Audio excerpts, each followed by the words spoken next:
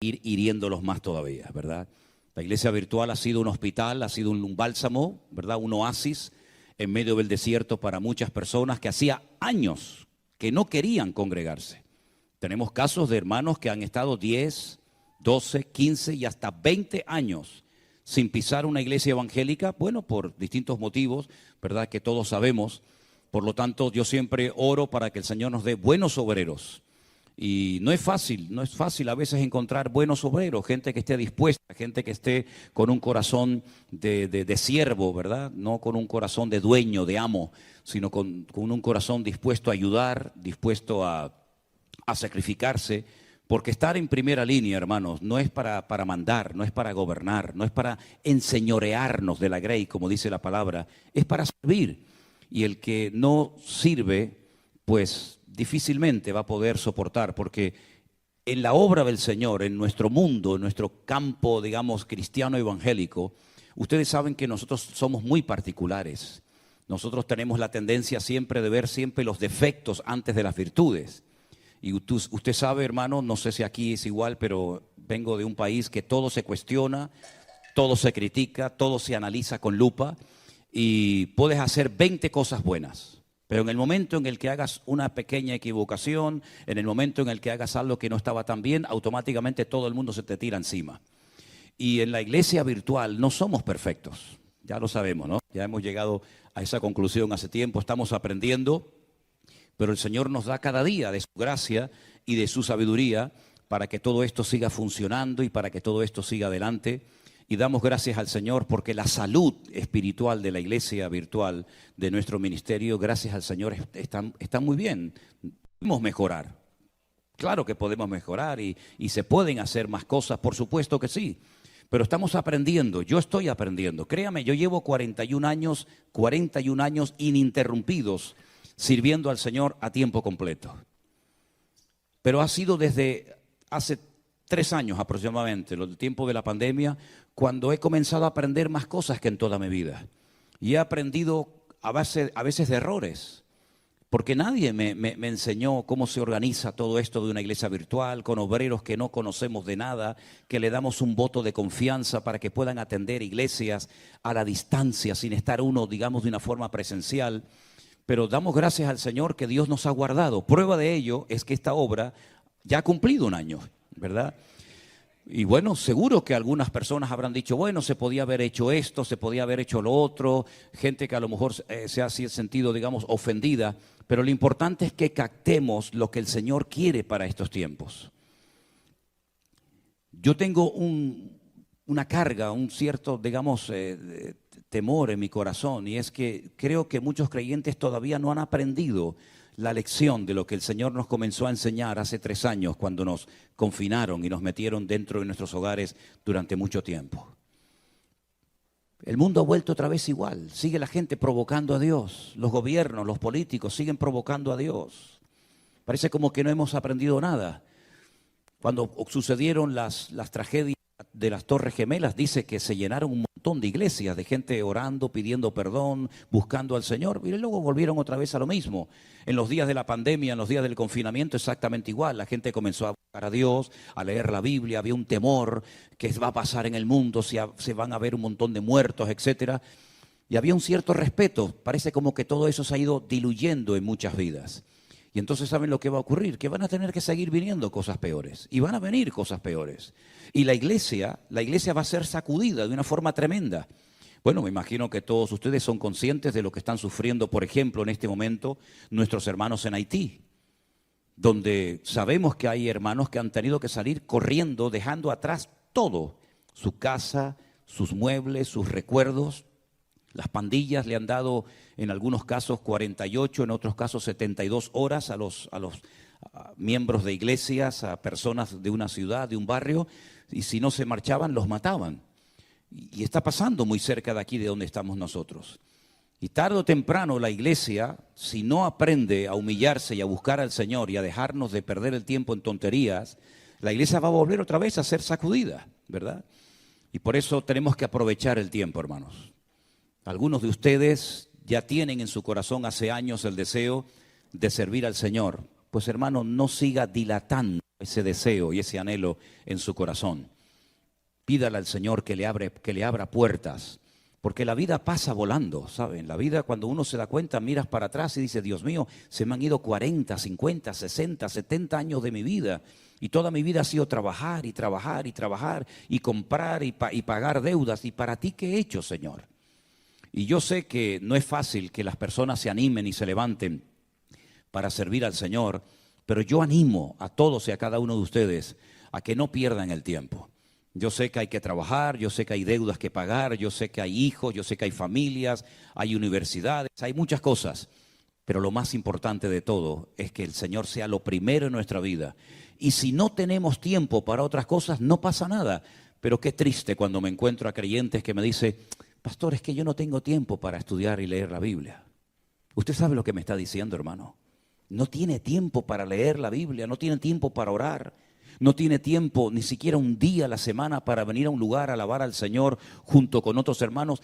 Esa es la tragedia de muchos cristianos hoy en día. Y son honestos cuando dicen, es que no tengo tiempo. Claro, porque se han enredado con tantas cosas que no saben cómo salir de esos esquemas. Pero yo creo que el Señor nos está enseñando y nos ha hablado muy claramente a nosotros de que no podemos perder el tiempo y de que tenemos que poner la mano en el arado y no mirar atrás. Porque la vida es corta y se pasa volando. Así que lo que tengamos que hacer, hagámoslo pronto. ¿Cuántos dicen amén? Cierren sus ojos un momentito, vamos a orar a nuestro Dios. Entiendo que hoy es una reunión única y exclusivamente para los miembros de nuestra iglesia aquí en San Francisco y otros hermanos que han venido, como nuestro hermano Pablo, nuestro hermano Ali, nuestro hermano Gregorio y otros que han venido, ¿verdad?, de otras partes. Pero queremos que en esta tarde el Señor hable a nuestras vidas y nos ministre y podamos salir de aquí diciendo, hoy el Señor me habló. Hoy el Señor tocó mi corazón. Hoy tocó el Señor mi vida. Señor, te doy muchas gracias en esta noche por este año que nuestra obra ha cumplido aquí en este lugar, Señor. Gracias porque tú has sido fiel, supliendo todas nuestras necesidades, cuidando de nuestras vidas, dándonos gracia y fortaleza y sabiduría para que tu obra no se detenga por nada ni por nadie. Pedimos, Señor, que en este momento aquí reunidos en torno a tu palabra, tú nos hables, Señor, y podamos salir en esta noche diciendo, hoy mi Señor habló a mi corazón para poder seguir adelante, corriendo con paciencia la carrera, peleando la buena batalla y manteniendo la fe. Ayúdanos, Señor, a servirte, a honrarte y a no quitar nunca nuestra mirada y nuestra confianza de ti. Gracias, Señor. Te lo pedimos todo en el nombre bendito de Jesús. Amén y amén. El libro más antiguo de la Biblia, de los 66 que tenemos, el más antiguo es el libro de Job. Gracias, hermano. Sabemos que nuestras Biblias no están en un orden cronológico. Incluso sabemos que internamente hay libros, por ejemplo, lo pueden notar si ustedes leen el libro de Primera de Samuel, que ni siquiera hay libros que están ordenados interiormente. A la Biblia le pasa exactamente lo mismo.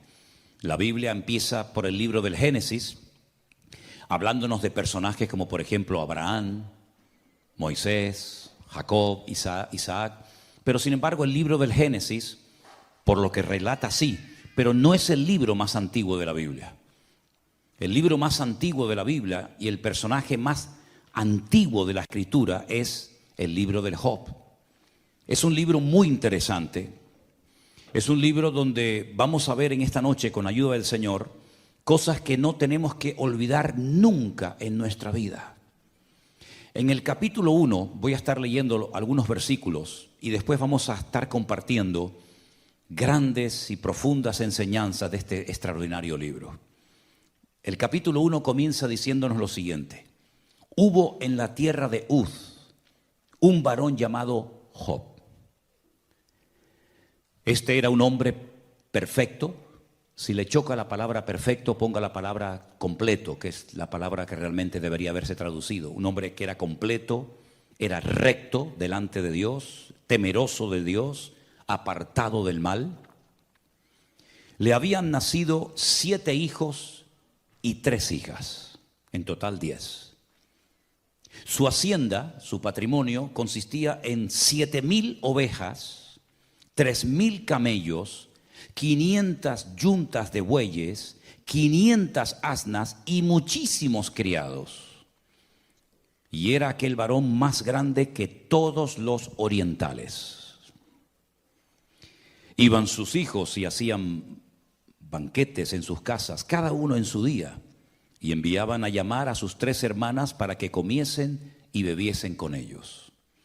Y acontecía que habiendo pasado el turno los días del convite, Job enviaba y los santificaba. Y se levantaba de mañana y ofrecía holocaustos conforme al número de todos ellos, porque Job decía: quizás habrán pecado mis hijos y habrán blasfemado contra Dios en sus corazones. De esta manera hacía todos los días. Un día, versículo 6, vinieron a presentarse delante del Señor los hijos de Dios. Aclaramos que en este capítulo, como en otros, el término hijos de Dios no se refiere a personas que recibieron en sus corazones a Cristo o al Señor en sus vidas, como por ejemplo sería hoy en día. En aquel tiempo a los ángeles se les llamaba hijos de Dios. Benei Elohim es el término que dice en el texto original. Vinieron a presentarse los hijos de Dios o los ángeles, entre los cuales vino también Satanás. Y le dijo el Señor a Satanás: ¿de dónde vienes? Y él le respondió: de rodear la tierra y de andar por ella.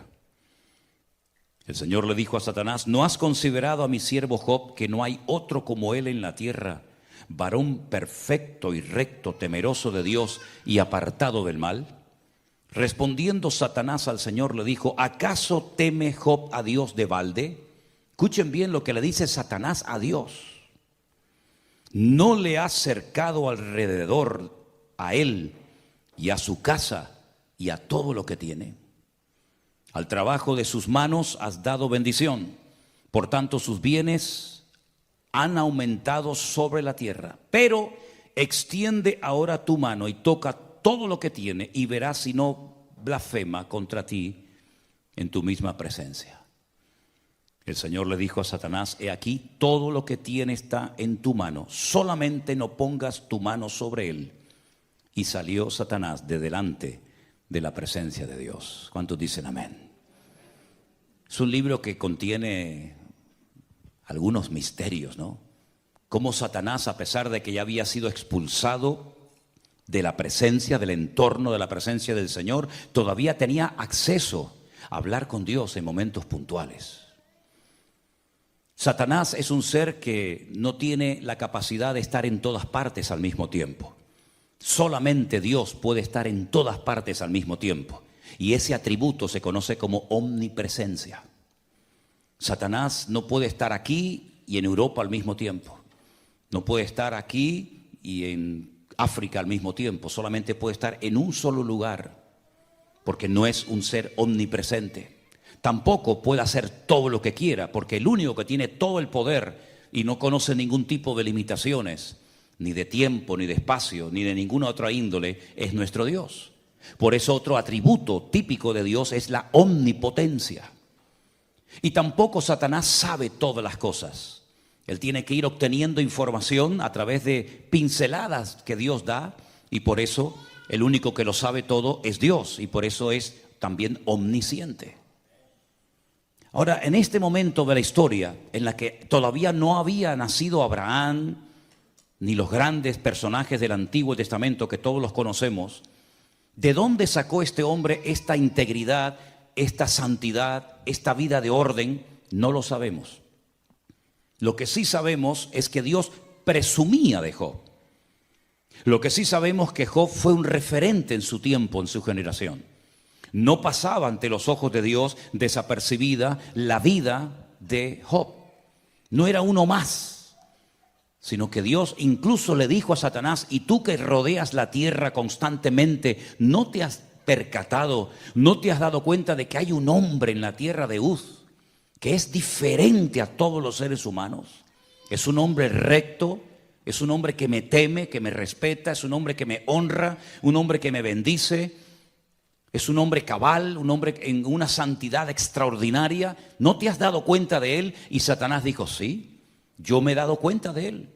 Porque hay personas que le molestan a Satanás. Porque hay personas que Satanás sabe perfectamente que son diferentes a otros. Siempre a lo largo de la historia ha habido maldad, ha habido corrupción. Pero siempre también ha habido personas que han destacado espiritualmente hablando por encima de otras. Tenemos el caso de Job. Tenemos el caso también de José en Egipto. Tenemos el caso de Daniel en Babilonia. Tenemos el ejemplo de Abraham. Y tenemos tantos y tantos personajes que no se dejaron llevar por la corriente del mundo. Incluso fíjense ustedes, por ejemplo, cuando el Señor dice que observa hacia la tierra y ve que toda la tierra ha entrado en una descomposición moral y espiritual sin precedentes. Pero en medio de ese ambiente corrupto, dice que destacaba un hombre. Y fue al que llama y al que usa, y fue Noé, el constructor del arca. En esta ocasión, Job era un hombre diferente, y no solamente él, sino toda la familia de Job eran personas diferentes. Sus 10 hijos, los 7 varones y las 3 hembras, había armonía entre ellos, no eran hermanos peleados, no estaban enfrentados, no discutían, no peleaban, sino que había una alegría constante y permanente. Un día uno invitaba al otro, el otro invitaba a este hermano, y había constantemente alegría. Y todo esto Satanás lo sabía. Pero cuando el Señor le dice a Satanás, te has fijado en Job, ¿verdad? Cómo es diferente, cómo es un hombre próspero, un hombre bendecido. Satanás le dice, claro, pero ¿cómo no lo va a hacer si tú lo tienes cercado? Tú le has puesto una protección sobrenatural que a mí me impide tocarlo, que a mí me impide afectar su estabilidad física, moral o espiritual. Pero quítale esa protección para que veas cómo él es como los demás. Incluso se va a atrever a blasfemar tu propio nombre. El Señor estaba tan seguro de Job que le dio el permiso a Satanás, para que él se convenciera a sí mismo que por mucha protección que tuviera Job y que prescindiera de ella, Job iba a mantener su integridad. Job se acostó rico y se levantó pobre. Job se levantó un día sin ningún hijo, pero el día anterior los tenía todos. Job se acostó sano y al día siguiente se levantó enfermo. Todo le cambió en pocas horas, en pocos días a este hombre.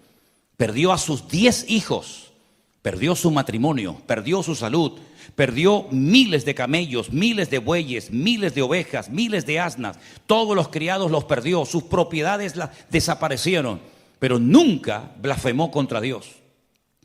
Ahora, si nos damos cuenta en el libro de Job, hay cosas que a mí personalmente me llaman mucho la atención. Porque la pregunta que salta cuando leemos las páginas de Job es, ¿por qué Dios permitió que sufriera tanto este hombre? Los sufrimientos de Job fueron tan espantosos que dice que él tenía 3 amigos que vivían en 3 regiones diferentes, que vinieron a visitarlo cuando se enteraron de sus desgracias, y cuando lo vieron, dice que no lo reconocieron. Estaba tan cambiado, tan envejecido, tan destruido, que dice que se sentaron con él durante una semana y no fueron capaces de decirle ni una sola palabra.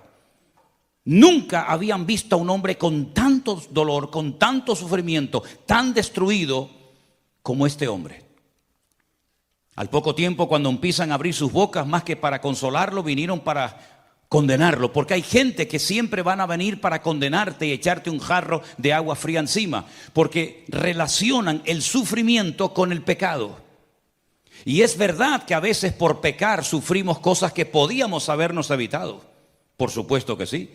Es cierto que el pecado abre la puerta a muchas desgracias que se podían haber evitado si hubiéramos mantenido el orden y nuestra comunión y relación con el Señor. Pero en el caso de Job no es así. Esa regla aquí se rompe.